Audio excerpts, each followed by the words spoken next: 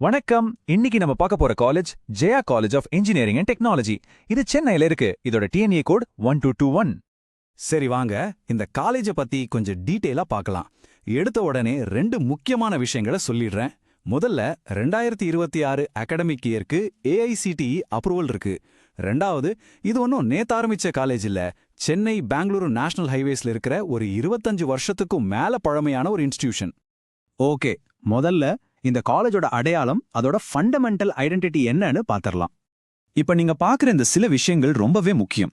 முதல்ல, இது அண்ணா யூனிவர்சிட்டிக்கு கீழே வர்ற ஒரு செல்ஃப் ஃபைனான்சிங் இன்ஜினியரிங் காலேஜ். ஆனா இதுல ஹைலைட் என்னன்னா, இது ஒரு தெலுங்கு மொழி சிறுபான்மையினர் நிறுவனம், அதாவது ஒரு லிங்குவிஸ்டிக் மைனாரிட்டி இன்ஸ்டிடியூஷன். இதனால என்ன ஸ்பெஷல்னு கேக்குறீங்களா? அட்மிஷன்ல 65% கவர்மெண்ட் கோட்டாவுக்கும் 35% மேனேஜ்மெண்ட் கோட்டாவுக்கும் போகுது. இது கவுன்சிலிங் அப்போ நீங்க மனசுல வச்சுக்க வேண்டிய ஒரு பாயிண்ட். இந்த காலேஜோட கதை 2000 வருஷத்துல ஆரம்பிக்குது. ஜெயா எஜுகேஷனல் ட்ரஸ்ட் தான் இதை ஆரம்பிச்சாங்க. அவங்களுக்கு ஒரு தெளிவான நோக்கம் இருந்துச்சு. அதாவது கிராமப்புறங்கள்ல இருக்கிற ஸ்டூடெண்ட்ஸுக்கும் குவாலிட்டியான டெக்னிக்கல் எஜுகேஷனை கொண்டு போய் சேர்க்கணும்னு தான். சரி, அடுத்தது ரொம்ப முக்கியமான செக்ஷன். ஸ்டூடெண்ட்ஸ் எல்லாரும் ரொம்ப ஆர்வமா தெரிஞ்சுக்க விரும்புறது, இங்க என்னென்ன கோர்சஸ், அதாவது அகாடமிக் ப்ரோக்ராம்ஸ் ஆஃபர் பண்றாங்கன்னு பார்க்கலாம். டிஎன்ஏ 2026 கவுன்சிலிங்கை பொறுத்த வரைக்கும் எங்க 4 மெயின் பிடெக் ப்ரோக்ராம்ஸ் இருக்கு. கம்ப்யூட்டர் சயின்ஸ் அதாவது சிஎஸ்ல 30 சீட்ஸும், எலக்ட்ரானிக்ஸ் அண்ட் கம்யூனிகேஷன் அதாவது இசில ஒரு 30 சீட்ஸும் இருக்கு. இதுக்கப்புறம் மெக்கானிக்கல் இன்ஜினியரிங்ல 60 சீட்ஸும், மெடிக்கல் எலக்ட்ரானிக்ஸ் இன்ஜினியரிங்ல 60 சீட்ஸும் கொடுத்துருக்காங்க. இதுல நம்ம முக்கியமா கவனிக்க வேண்டியது இந்த மெடிக்கல் எலக்ட்ரானிக்ஸ் இன்ஜினியரிங் கோர்ஸ் தான். இது ஒரு நியூ ஏஜ் பிரான்ச், 2022ல தான் ஸ்டார்ட் பண்ணிருக்காங்க. யோசிச்சு பாருங்க, மெடிக்கல் ஃபீல்டும் டெக்னாலஜியும் ஒன்னு சேர்ற இடம். இதுக்கு நல்ல ஃபியூச்சர் இருக்கு. அப்போ எல்லாத்தையும் சேர்த்தா 2026 அகாடமிக் இயருக்கு ஏஐசிடிஇ அப்ரூவ் பண்ண டோட்டல் யூஜி சீட்ஸ் பாத்தீங்கன்னா 180. சரி, படிப்பு முடிச்சதும் அடுத்து என்ன? வேலை வாய்ப்பு. எந்த ஒரு காலேஜோட சக்சஸையும் முடிவு பண்றதே இந்த பிளேஸ்மெண்ட்ஸ் தான் இல்லையா? ஸ்டூடெண்ட்ஸும் சரி, பேரண்ட்ஸும் சரி, ஒரு பெரிய இன்வெஸ்ட்மெண்ட் பண்ணும்போது இதுக்கு தானே முதல் ப்ரையாரிட்டி கொடுப்பாங்க. வாங்க அதை பத்தி பார்க்கலாம்.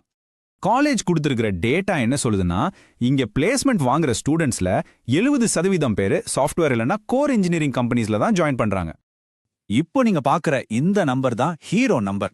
இது காலேஜ் தரப்புல இருந்து டிஎன்இஏக்கு அஃபிஷியலா கொடுத்த டேட்டா. அதன்படி ரீசன்ட் பேட்சோட பிளேஸ்மெண்ட் ரேட் 80%. ஓகே, அகாடமிக்ஸ் பிளேஸ்மெண்ட்ஸ்லாம் ஒரு பக்கம் இருக்கட்டும்.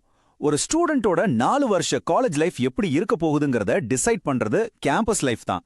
சோ வாங்க அங்க என்னென்ன வசதிகள் இருக்குன்னு பார்க்கலாம். வெளியூர்ல இருந்து வர்ற ஸ்டூடெண்ட்ஸ், அவங்க பேரண்ட்ஸ், இவங்களுக்கு இருக்கிற டென்ஷனே ஹாஸ்டல் தான். அத பத்தி இங்கே கவலைப்பட தேவையில்லை. பாய்ஸ் கேர்ள்ஸ் 2 பேருக்குமே பெர்மனன்ட் ஹாஸ்டல் ஃபெசிலிட்டி கேம்பஸ்குள்ளே இருக்கு.